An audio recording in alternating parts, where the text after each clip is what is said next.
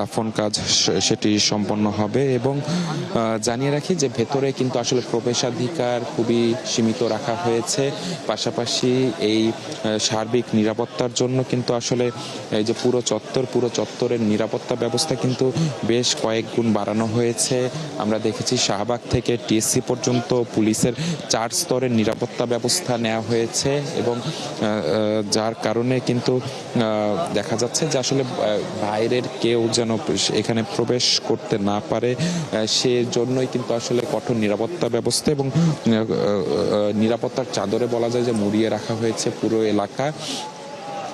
এবং জাতীয় সংসদে জানাজা শেষে তার মরদেহটি ধানমন্ডি 27 হয়ে কলাবাগান হয়ে তার মরদেহটি পৌঁছায় এই ঢাকা বিশ্ববিদ্যালয় এলাকায়। এবং আমরা দেখছি যে তার যে যারা সহযোদ্ধা, তার সংগঠন ইনকিলাব মঞ্চের প্রতিনিধি, পাশাপাশি আমরা দেখছি যে জুলাই অভ্যুত্থানের যারা সম্মুখ সারির যোদ্ধারা ছিলেন, ঠিক তারাই কিন্তু এখন তাদের কাঁধেই কিন্তু আসলে উঠেছে এই ওসমান হাদির মরদেহ। এবং একজন নেতা কিংবা একজন নেতা যে যাকে জাতীয় পতাকা গায়ে মুড়িয়ে তাকে আসলে সর্বোচ্চ সম্মানটি দিয়ে আসলে তার শেষ বিদায়টি হচ্ছে আমরা দেখতে পাচ্ছি।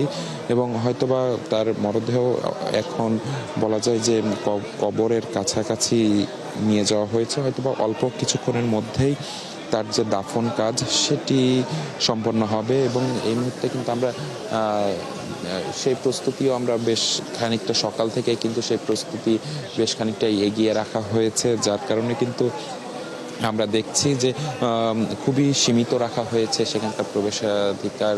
ডাকসুর কয়েকজন সদস্য, পাশাপাশি আমরা দেখছি যে তার যারা এতদিনের আন্দোলন, রাজপথের আন্দোলনের যারা এতদিনের সঙ্গী ছিলেন, ঠিক তারাই কিন্তু এখন শেষ বিদায় জানাতে এসেছেন শরীফ ওসমান হাদিকে। এবং আমরা পাশে শাহবাগে দেখেছি তার যে বিচারের দাবিতে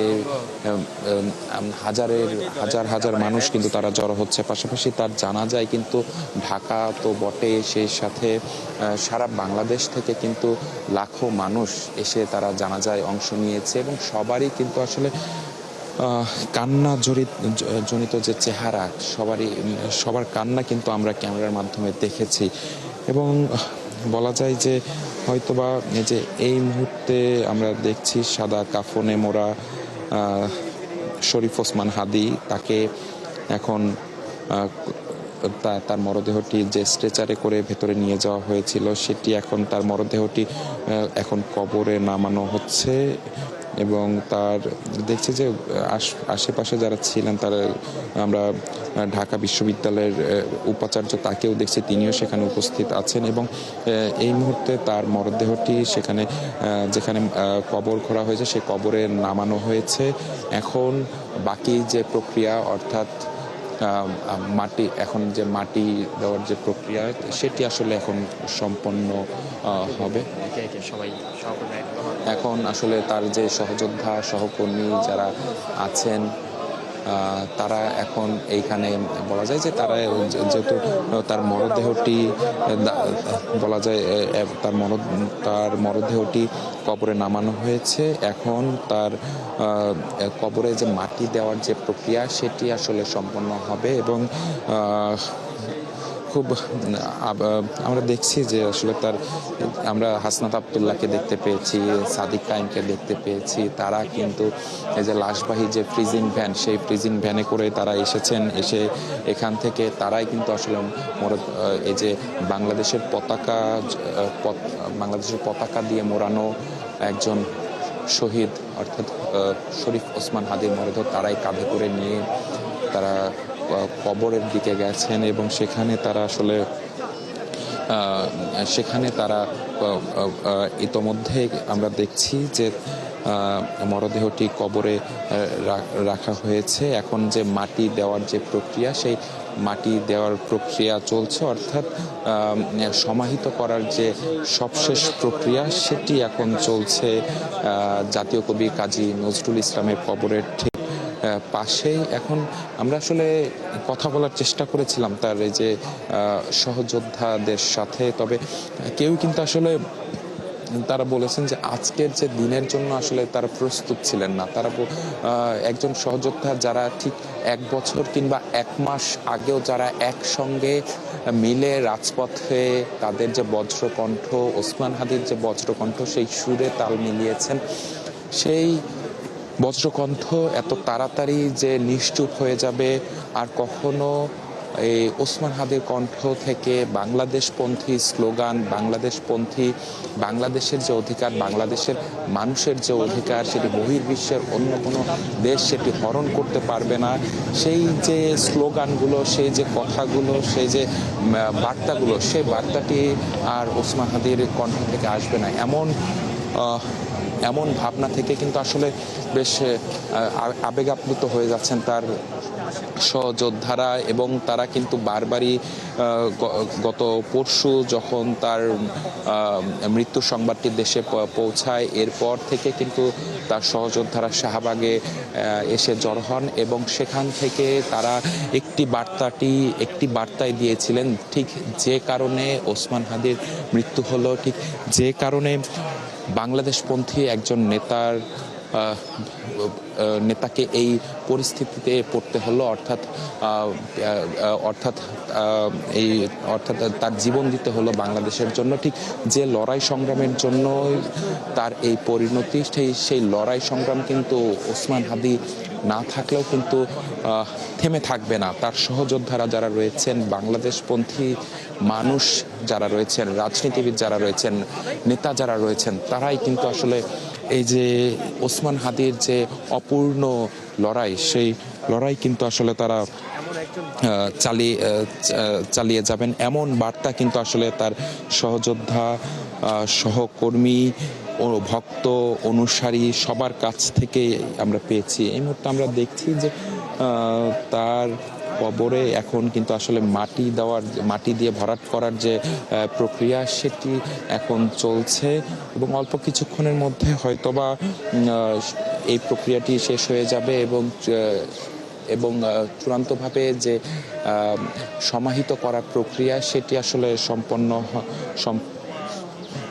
হবে। এবং আমরা দেখছি যে এখন কবরের ওপরে যে বাঁশ দেওয়ার যে প্রক্রিয়া, অর্থাৎ যেভাবে বাঁশ দিয়ে ওপরের অংশটি আসলে সুরক্ষিত রাখা হয় এবং এরপর বাঁশের ওপরে আবারও মাটি দেওয়ার যে প্রক্রিয়া সেটি আসলে হবে। এবং আমরা দেখতে পাচ্ছি পুরো প্রক্রিয়াটি, সেখানে কিন্তু খুব বেশি মানুষকে প্রবেশ করতে দেওয়া হয়নি, অল্প কিছু মানুষকে ভেতরে প্রবেশ করতে দেওয়া হয়েছে।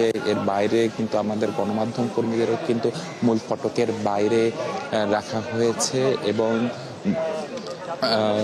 আমরা গণমাধ্যম কর্মীরা বাইরে থেকে যতটুকু দেখছি, পাশাপাশি ড্রোনের মাধ্যমে আসলে আমরা যতটুকু দেখাতে পারছি দর্শক আপনাদের, এখানে কিন্তু আসলে বলা যায় যে শরীফ ওসমান হাদিকে সমাহিত করার যে প্রক্রিয়া সেটি কিন্তু অনেকটাই শেষের দিকে, হয়তোবা অল্প কিছুক্ষণের কয়েক মিনিটের মধ্যেই কিন্তু আসলে এই সমাহিত করার প্রক্রিয়া সেটি সম্পন্ন হবে এবং এরপর আসলে দোয়া শরীফ ওসমান হাদির জন্য তার সহকর্মী কিংবা সহযোদ্ধাদের যে দোয়া হয়তোবা তারা আর কিছুক্ষণ পরে সেখানে কবরের সামনে দাঁড়িয়ে দোয়া পড়বেন, এরপর তারা আসলে বের হবেন। তখন হয়তোবা আমরা তাদের কাছে তাদের সাথে কথা বলার চেষ্টা করতে পারি, যদিও বা এখন পর্যন্ত কিন্তু তারা কেউই, আমরা দেখেছি যে ঘটনার পর থেকে সেরকমভাবে কিন্তু তারা আমাদের সাথে কথা বলেননি। আমি কথা বলেছিলাম কয়েকজনের সাথে, তারা কিন্তু বলেছেন যে তারাও আসলে বিশ্বাস করতে পারছেন না যে একটি মানুষ যে ঠিক 1 সপ্তাহ আগেই, অর্থাৎ এখন কিন্তু বলা যায় যে আজ শনিবার, ঠিক 1 সপ্তাহ আগে অর্থাৎ 8 দিন আগে কিন্তু আসলে গত শুক্রবার সকালেও কিন্তু তিনি আসলে দিব্যি হেঁটে বেড়াচ্ছিলেন, তার যে নির্বাচনী প্রচারণা সেটি আসলে তিনি চালাচ্ছিলেন ঢাকা ৮ আসনে।